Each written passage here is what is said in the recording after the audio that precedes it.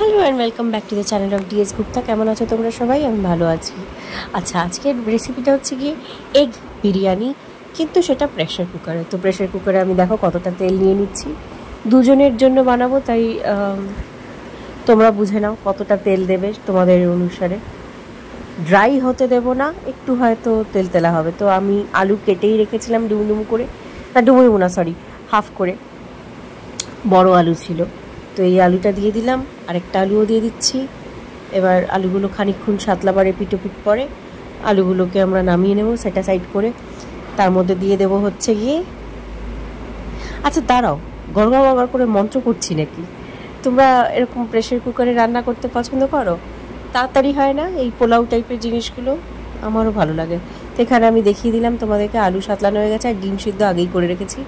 দিচ্ছি এবারে হচ্ছে গিয়ে এলাচ, দুটো মতন দিও তাতেই হবে।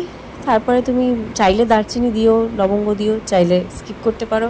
এখানে আমি পেঁয়াজ কেটে দিয়ে দিচ্ছি, খুব ঝিরিঝিরি করে কাটবো যাতে ভাল লাগে, আর ওইভাবেই হয় কাজটা। তো প্রেশার কুকারে ডিমের বিরিয়ানি বা ডিমের পোলাও বানাচ্ছি, সেটাতে খুব একটা বেশি কিছু কারুকার্য লাগবে না। ভালো করে পেঁয়াজগুলোকে সাতলাবার পর আমরা এখানে একটু জিঞ্জার গার্লিক পেস্ট দেবো, আর ওই কুকমির মশলাটা অবশ্যই দেবো। দেখো জিঞ্জার গার্লিক পেস্ট, যেগুলো আজকাল পাওয়া যায় মার্কেটে, সেই জিঞ্জার গার্লিক পেস্ট দিচ্ছি। একটু হালকা 2 চামচ মতন দেবে, কারণ ডিমের আষ্টে গন্ধটা যাতে চলে যায়। যদিও ডিমটা পড়ছে না, কিন্তু চালটার থেকে ভালো ফ্লেভার আসবে। তো এগুলোকে ভালো করে সাতলাবার পর কুকমির বিরিয়ানি মশলাটা অবশ্যই দিও, খুব ভালো একটা মানে সাটল বিরিয়ানি টেস্ট আসে, যেটা আরোমাটা ঠিক লাগে। এবারে এখানে আমি দিয়ে দিচ্ছি হচ্ছে গিয়ে ধনে গুঁড়ো, কয়েকটা চিরা হওয়া কাঁচা লঙ্কা, আর লঙ্কা গুঁড়ো। মাংস হলে তখনও এগুলো দিতে বলতাম। তো হলুদও দিয়ে দিলাম, দেখতেই পাচ্ছ। এবার এগুলোকে মিক্স করে নিয়েছি। এই যে কুকমির মশলা আমি অল্প একটু দিয়ে দেবো, কারণ সত্যি বলছি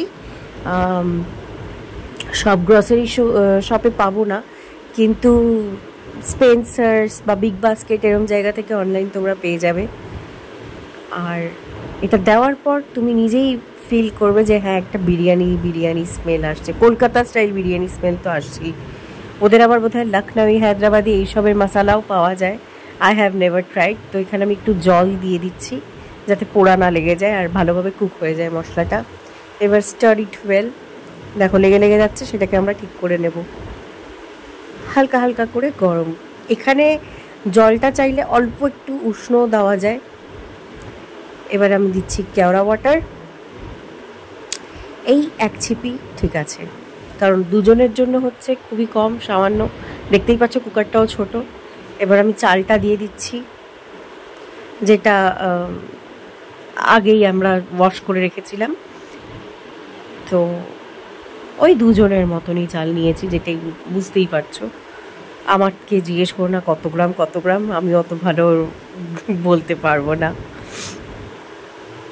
দুজনের জন্য তো ওই 1 কাপ মতন চালই ঠিক আছে, এইভাবেই বলতে পারি। ঠিক আছে, প্লিজ কিছু মনে করো না, ট্রোল করো না। তো এবার আমি আলুগুলোও দিয়ে দিচ্ছি, কারণ সিদ্ধ হতে হবে, ডিমটা দেবো না। এবার জল দিয়ে দিচ্ছি। জলটা কীরকম দিই জানো তো? আমার ঠাকুমা শিখিয়েছিল, চাল যতটা আমি ওয়াশ করে রেখেছি ততটাই আমি জল দেব, ওই মার্ক অনুসারে।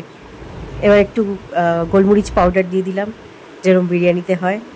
চাইলে তোমরা একটু স্কিপ করতে পারো। এবার ঘি দিচ্ছি, ঘিটা একটু প্লিজ কম করো, আমার ভাত থেকে কেন জানি না ঘি একটু বেশি পড়ে গেছিলো। দুজনের জন্য তো একটু বেশি হয়ে যায়, তো একটু অল্প ঘি দিও যাতে অ্যারোমাটা হয় আর ড্রাই না হয়ে যায়। এবার আমি একটু চিনি দিয়ে দিচ্ছি, কারণ আমি পছন্দ করি সেটা। তো এগুলো দেখছো একটু করে ফুটতে শুরু করে দিয়েছে। এবারে আর একটু পরেই লিডটা লাগিয়ে দেবো। এগুলোকে একটু ভালো করে মিক্স করে নিচ্ছি আমি। যারা হস্টেলে থাকো বা একা একা থাকো, তারা এরকম রান্না চটজলদি করে খেতে পারো। আর বাড়ির রান্না খেয়ে কেউ অসুস্থ হয় না, যেরকম বাইরের খাবার খেয়ে সত্যিই অসুস্থতা হয়। তোমরা চাইলে রোজ ওয়াটারও একটুখানি অ্যাড করতে পারো যদি থাকে। আমার কাছে বোধহয় ছিল কি না আমি বুঝতে পারছি না, দিইনি কেন। এবার আমি লিডটা লাগিয়ে দিচ্ছি। তো 3টে সিটি পড়বে, তারপরে তোমরা দেখো। আমি এটাকে আস্তে আস্তে দেখছি, খুলি, দেখি তো রেডি হয়েছে কি না। ভিডিওটা ভালো লেগে থাকলে লাইক করো, সাবস্ক্রাইব করো, শেয়ার করো, কমেন্ট থাকলে কিছু বলো কমেন্ট বক্সে। এই খুলে গেল, খুল যা সিমসিম। দেখতে পাচ্ছ বিরিয়ানিটা? বাই।